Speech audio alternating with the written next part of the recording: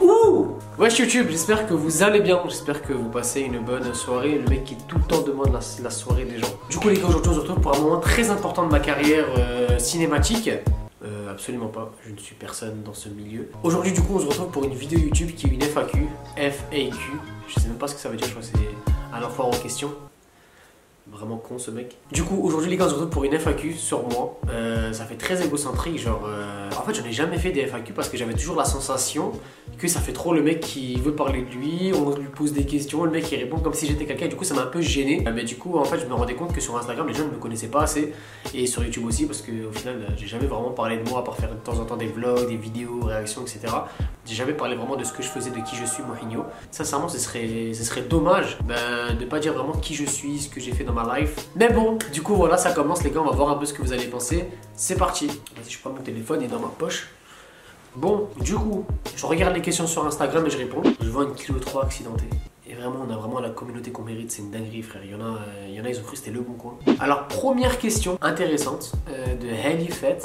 Selem, tu ne fais plus le projet avec tes potes de master? Oui. Pourquoi j'ai dit oui? J'avais fait un master chez Neoma, je sais pas si vous connaissez Neoma Business School. Et du coup avec deux mecs de ma promo, des très bons potes à moi, on a voulu se lancer et ouvrir une agence marketing digital. Et c'est assez marrant parce qu'après en fait j'en ai pas parlé. Genre pendant un certain moment en fait j'en parlais. Donc du coup voilà, je disais comme quoi super, j'ai lancé mon agence, j'étais tout content sur Instagram etc.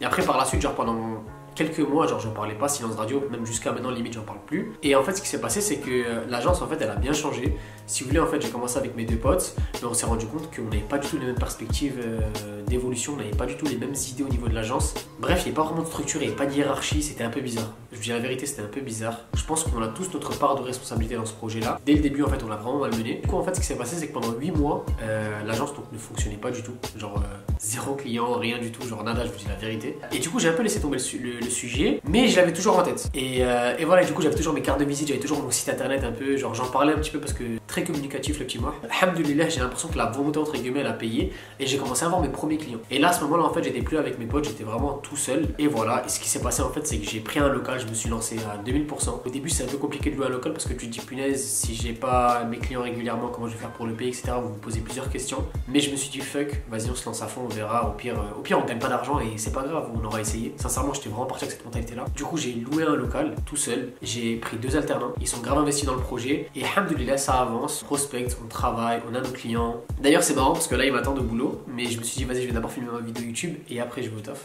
ce qui n'est pas responsable. Si jamais je vous mets le site internet de l'agence et je vous mets aussi l'Instagram, si jamais vous souhaitez un peu faire le curieux, n'hésitez pas. On est assez doués. Voilà. J'aime pas me la péter mais il y a des compétences quoi. Je rigole.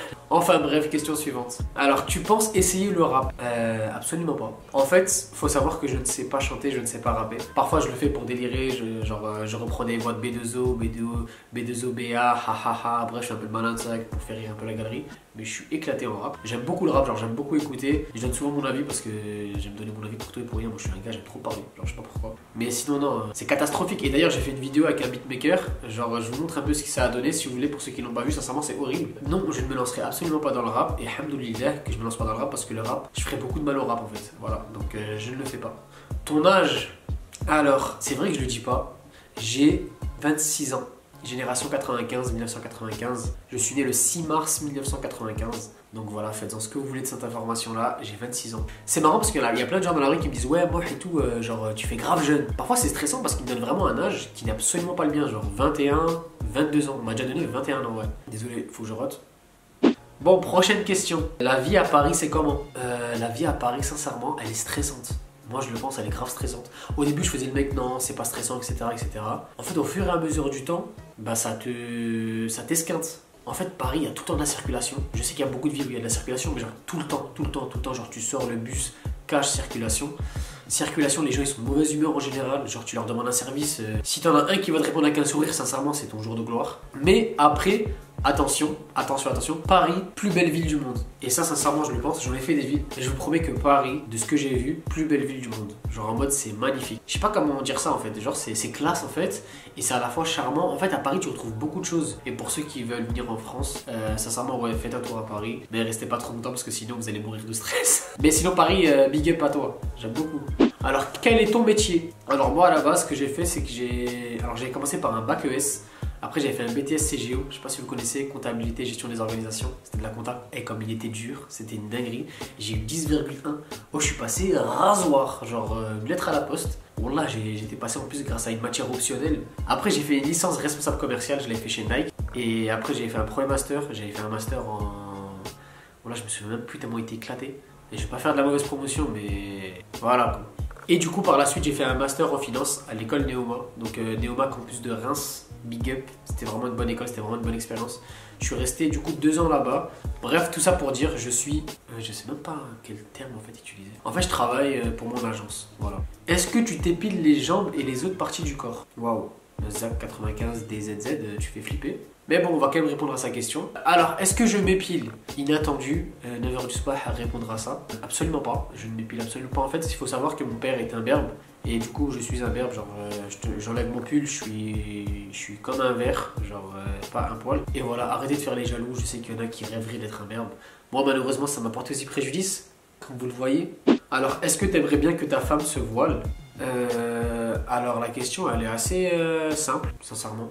Alors qu'elle paraît pas, mais elle est super simple. Pour moi, ça faut le savoir, la religion est personnelle à chacun. Même dans un couple. Ma plus grande peur, sincèrement, c'est bizarre ce que je veux dire, et même moi je vous promets que si vous m'aviez posé cette question en 2020, je vous aurais pas répondu comme ça. Mais 2021, ça a été vraiment une année charnière dans ma vie, parce qu'en fait j'ai connu l'anxiété. Genre je vous promets, genre ceux qui connaissent pas l'anxiété et ceux qui connaissent pas genre vraiment ce que c'est, ben en fait vous allez un peu vous foutre de la gueule des autres parce que vous vous dites wesh c'est quoi être anxieux, stressé, genre voilà, bonhomme tu vois. Mais hamdoulilah, genre j'ai surmonté ça. Même moi honnêtement je le prenais pas vraiment au sérieux, genre je me souviens Marwa au début de notre relation elle parlait de ses crises d'angoisse et tout, moi je le prenais pas au sérieux, genre je lui disais mais frère une crise d'angoisse c'est rien, c'est bon, mets-toi une tarte et vas-y lève-toi et dors, tu vois ce que je veux dire, genre c'était... Pour moi c'était vraiment ça tu vois. Et voilà, donc vraiment pour ceux qui ont des crises d'angoisse, crises d'anxiété, ben soyez forts et Dieu est grand et Dieu il est là, ayez confiance en vous, c'est important. Alors tu mesures combien et pèses combien? Alors je mesure combien? Je mesure, aux dernières nouvelles je mesure 1m83. Je pèse aux alentours des 86 kg. Voilà, j'en suis pas fier, je crois que je suis en surpoids un petit peu, faut que je fasse gaffe. Mais il y a beaucoup de muscles aussi. En fait il faut que je retourne à la salle et qu'il faut que j'arrête de manger le soir, en fait c'est ça le truc. Mais après moi personnellement mon poids, je sais pas si vous êtes comme ça, mais moi mon poids c'est grave yo-yo. Genre je peux perdre très facilement comme je peux prendre trop facilement. Question suivante. Alors les influenceurs ou youtubeurs qui t'inspirent? Après moi je regarde pas de ouf les vidéos sur YouTube, la vérité. En fait moi quand je regarde les vidéos sur YouTube c'est quoi? Ça va être des documentaires, football parce que j'aime bien. Mais sinon des youtubeurs, j'aime bien McFly et Carlito, ils me font rire. Genre au début je les aimais pas, mais avec le temps en fait j'ai bien aimé genre leur délire, genre je les trouve super marrants maintenant. Il y a Squeezie j'aime beaucoup. Et il y a qui encore? Sincèrement faut que je regarde plus de vidéos YouTube. Ça va être ma résolution ça en 2022. Ou pas. Alors mes hobbies, merci pour la question Hazouri Yasmi. Alors mes hobbies c'est quoi? C'est le foot, j'aime beaucoup, je suis fan du Real Madrid de Karim Benzema. One Piece, j'aime beaucoup les mangas mais particulièrement One Piece. Naruto j'aime beaucoup aussi. J'aime beaucoup les échecs. Ouais, je suis passionné d'échecs. Ça c'est un truc de ouf, je vais vous montrer, j'ai une table d'échecs que j'ai acheté au Mexique. Foot, manga, échecs, faire du sport. Sincèrement j'aime bien faire du sport, j'aime bien courir. Voyager aussi j'aime beaucoup. Tu sais qu'il y a des gens, genre j'ai déjà parlé avec des gens, ils ont pas d'hobbies. Genre incroyable. Bon là on dirait que tu parles avec des statues. Alors si tu pouvais décrire la relation que tu as avec ta soeur. Du coup voilà, ma reste c'est Soraï et Mina. Sincèrement, Mina c'est moi en gars. Attends, non c'est l'inverse. Mina c'est moi en meuf. C'est une femme incroyable. En fait, dites-vous, les réseaux sociaux, c'est comme une vitrine, mais vous voyez pas vraiment ce qu'il y a derrière cette vitrine. Eh ben, je vous le dis un truc, c'est que Mina, elle est supra talentueuse. Genre, ça c'est un truc que je lui reproche parce que il y a plein de choses qu'elle pourrait faire, genre des sketchs, elle fait vraiment rire, genre, elle fait 10 fois plus rire que moi. Sincèrement, j'espère qu'elle va plus le montrer sur les réseaux. Et bien sûr, je n'ai pas que Mina comme sœur, en tout, j'ai 5 sœurs. Je sais pas si vous vous rendez compte, genre 5 sœurs, et je suis le seul garçon, c'est incroyable. Et je les aime tous tout autant. Je vous dis la vérité, en fait, elles ont chacun leur particularité. Alors, je suis de quelle origine?